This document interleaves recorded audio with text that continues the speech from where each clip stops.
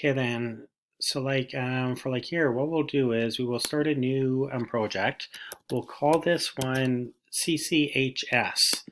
And what we'll do is we'll head up into tools and we'll do an online search. And what we'll do is we'll search PubMed, and we're searching for Canadian Community Health Survey. And then what we're just going to do is we will then kind of actually just restrict it to the title and the abstract. So we hit search, and it's found 1400. So let's click on OK. And what happens here is the software is actually kind of retrieving these references in so that we can have a really quick look at the titles, like kind of just to make sure that is kind of what we'd want. And so once that happens, it then kind of appears, and we can kind of just basically look at like the titles and the abstracts.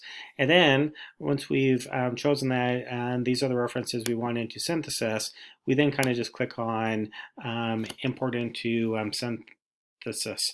And what happens is, as it's importing, it's then checking to see whether the reference is already in the synthesis. So if we then actually just kind of click on OK and then go return, and then we'll actually show kind of what we have. And we then can click on the stats tab, and then that will actually show us how many references were actually basically imported. Now, let's say we wanted to import something from either Web of Science or from Scopus or someplace like that. So what we can do is we can kind of have those searches perform externally, and we can save it as a RIS file. So then if we click on import, we then can at that point find it. So I have actually downloaded these into the downloads. So if we click on the Scopus, it then will kind of actually import the references that we received from them. And since it was the same search, we will actually have a lot of kind of references that we already have. The key point I would probably say is probably import from the source that you think has the most from the start. So like kind of for me, that's really always basically importing from PubMed first. So then I click on OK. And then if I then at that point go import once more, what I then can actually do is I can actually click on multiple of these files to actually save time. So what I did was I actually saved the Web of Science from like 1 to 499 and 500 to 999, because Web of Science only allows you to export 500 references at a time.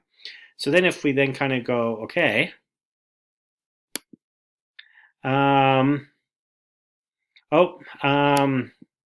okay, so it appears I actually saved the Web of Science one in correctly, so I can go back and do that. But under your stats tab, what we then have is it then shows us how many were imported from kind of PubMed and how many were imported from Scopus.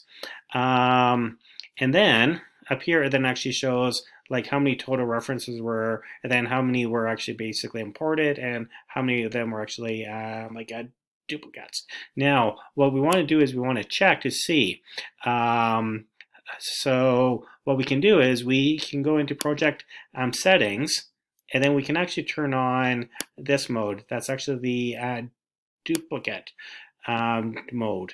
And if we click on OK, what we then have, and it's really actually best to sort by title.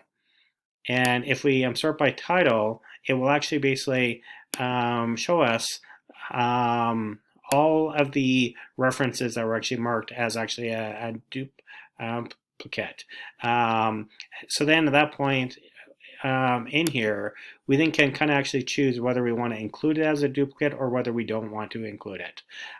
So like, let's say that this one was like actually like kind of wrong. We then could say we want to say that's not a basically a duplicate. What will like kind of actually happen is it will like kind of so it like actually performs extremely well. The only times you really ever get caught is when you have the exact same when you when you have the exact same title, abstract, even the same journal, and they have like part one, which is part I, and part two, like part II. So it's only off by one character for the title, the abstract, the journal, the authors. So that's the only place that you really could like kind of actually get caught.